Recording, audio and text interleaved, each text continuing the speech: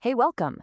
Today, we're diving deep into the Bluegrass State, which, believe it or not, is turning into a serious hotspot for short-term rentals.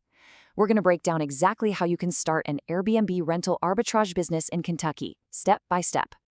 So the big question right off the bat is, why Kentucky, right? With all the super competitive markets out there, what is it about this state that has savvy entrepreneurs zeroing in on it for their next big move? Well, let's start with just one number, 2.5 million. That's the sheer number of people hitting the Kentucky Bourbon Trail every single year.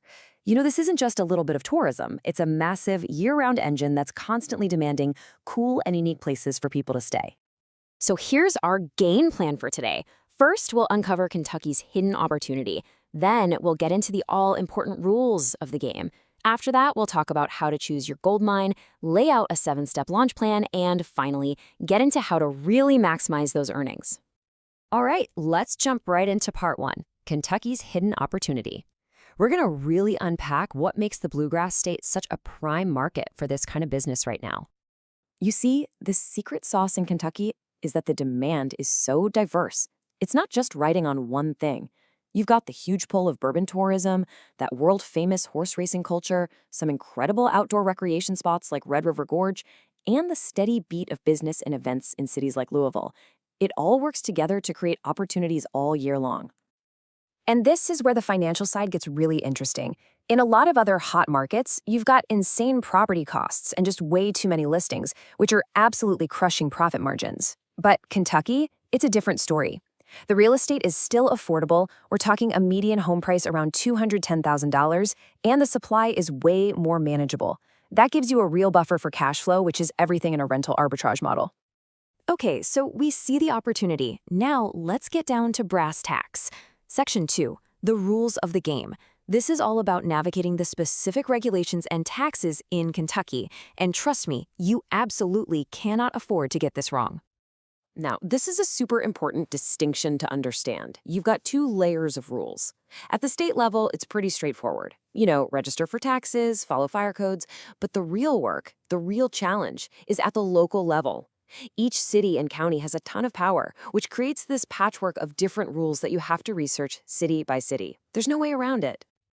Just to show you how specific this can get, let's take a look at Louisville. It's not as simple as just throwing your property up on Airbnb. Nope, you have to register it. You might need what's called a conditional use permit if you don't actually live there. And they even have a 720-foot spacing rule in some areas to make sure things don't get too saturated. It just goes to show you how deep you have to dig into the local rules. And then, the fun part, taxes. And it's not just one tax, it's a whole stack of them. You've got your 6% state sales tax, a 1% state transient room tax, then a local transient tax that can be all over the place depending on the city, and of course, you'll owe a 4% state income tax on whatever profit you make. You've got to keep track of all of it. And this is where the rubber really meets the road. If you add it all up for Louisville, you've got the state sales tax, the state transient tax, and then that pretty hefty 8.5% local tax. That comes out to a total tax of 15.5% on every guest stay. If you don't factor that into your pricing from day one, you're basically just giving away your profit margin. Okay, that brings us to what might be the single most important decision you'll make. Section 3, choosing your gold mine. We're going to look at the hard data to figure out where in Kentucky you should actually focus your energy. And I mean, wow, just look at the difference here.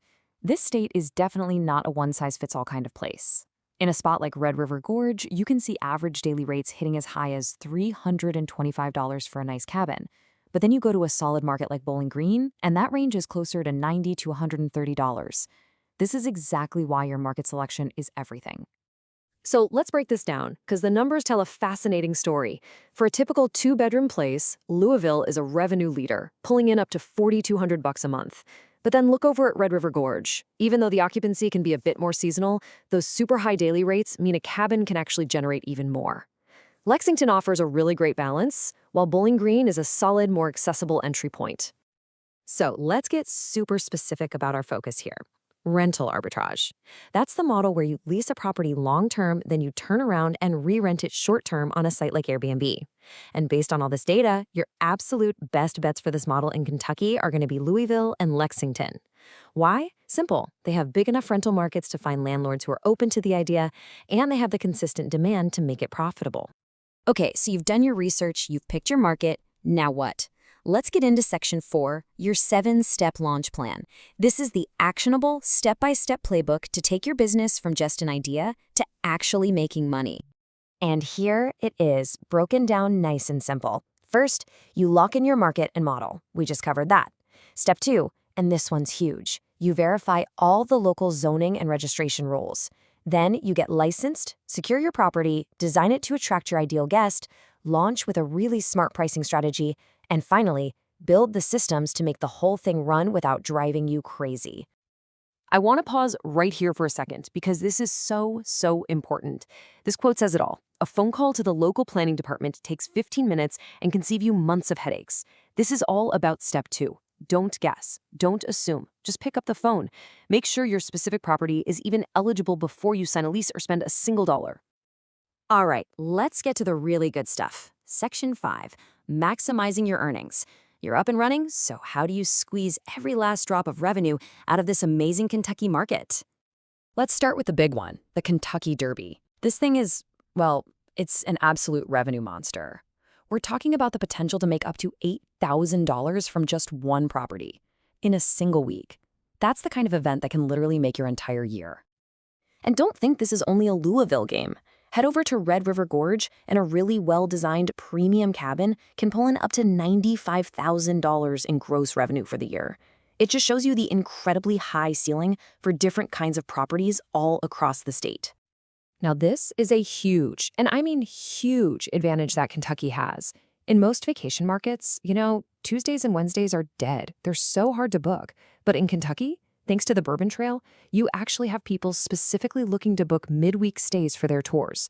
This fills that dreaded gap in the calendar and seriously boosts your overall occupancy and your bottom line. So, let's boil this all down. What do you absolutely need to remember?